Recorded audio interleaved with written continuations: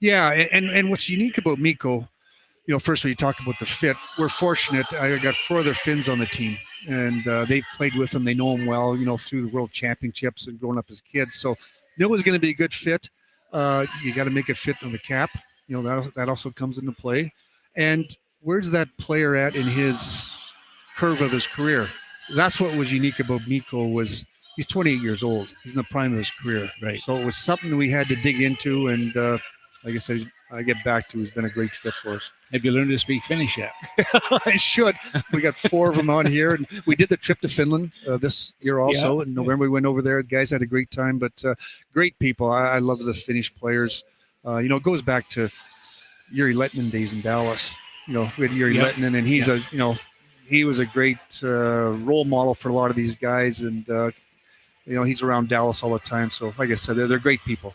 I'd be remiss if we didn't talk about Alexander Ovechkin and breaking the Wayne Gretzky's record with 895 goals now in the National Hockey League. He's the leader. Will anybody ever catch him? I think everybody said nobody ever catch Wayne. But I was one of those guys, and I'm one of them too. It's an amazing feat, and all the circumstances that go around it. Same number of games. It's amazing how the hockey gods work. And then you and I were just talking. I saw a stat on Twitter, and I can't believe everything in here on Twitter, but it said that today was the day when Ovi's draft year that Washington won the lottery. They have the lottery and which teams win.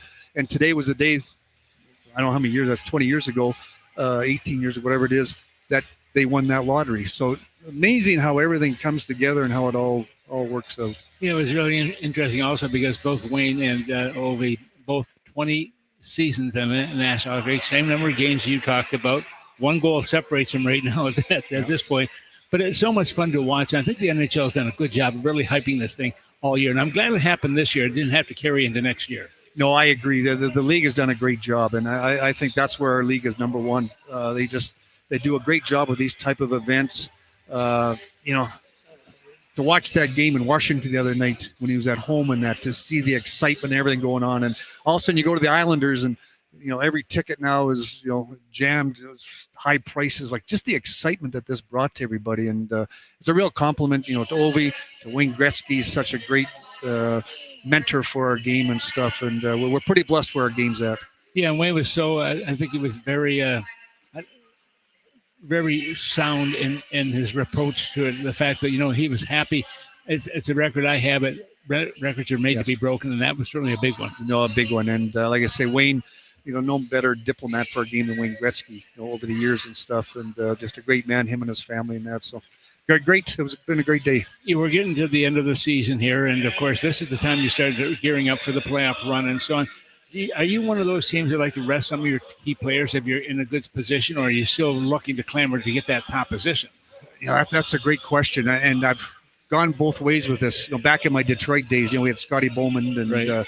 We always discussed this, and I don't know what's the right thing to do. I've some years we've done it, and it kind of took our team out of sync. Some years you probably get mad at yourself if you happen to get an injury, somebody gets hurt. But I'm a big, if you got somebody banged up, I think sit them out. But other than that, I think you need everybody playing. These guys, Tom, these players, they're thoroughbreds. They want to play the game. And unless we got somebody banged up, I think our plan is just keep playing. We still got a chance to catch Winnipeg. If we win out. And we still get a chance at President's Trophy, so that's kind of our goal. And I think that's what the players want too. They want to be the top dog. I understand that part of it. Yeah. So that's something. It's always all my years back in Detroit. I remember all those years in the playoffs, and we always talked about that. And you go different ways, and who knows what's right or wrong. The one thing I've also noticed, Jim, is the fact that the players, they work out every day, and they don't feel comfortable if they're not doing something every day to retain that body they put together. Yeah. Just like you and I. Remember back in those days? I eat 3 or 4 meals a day. So. No, it's today's hockey players, today's athletes. It's amazing what these guys do. The discipline they have, the commitment. They got a lot of them got their own trainers, and it's not only physical; it's mental, but it's just so many things. I'm shocked by their discipline. I'm not shocked. I'm proud of them because of the discipline they have and how great athletes they are nowadays. Jim, thanks for being with us. It's always great. Thank you. Jim Nill, the general manager of the Dallas Stars, has been our guest here. Kevin, let's go back to you. Hi, Tom. Thank you very much. That's Jim Nill joining Tom Reid, Zach Halverson here, filling in for Kevin Follis. Jim Nill's going to get a gift certificate to Tom Reid's Hockey City Pub, which, depending on how things shake out here the next couple of weeks, maybe he'll have some opportunity later on this month or even in the next month to cash that gift certificate in. We'll take a break. We'll come back. We'll recap the first. Get ready for period number 2 as the Stars lead the Wild 1-0 after 1. You're listening to Wild Hockey, presented by XL Energy.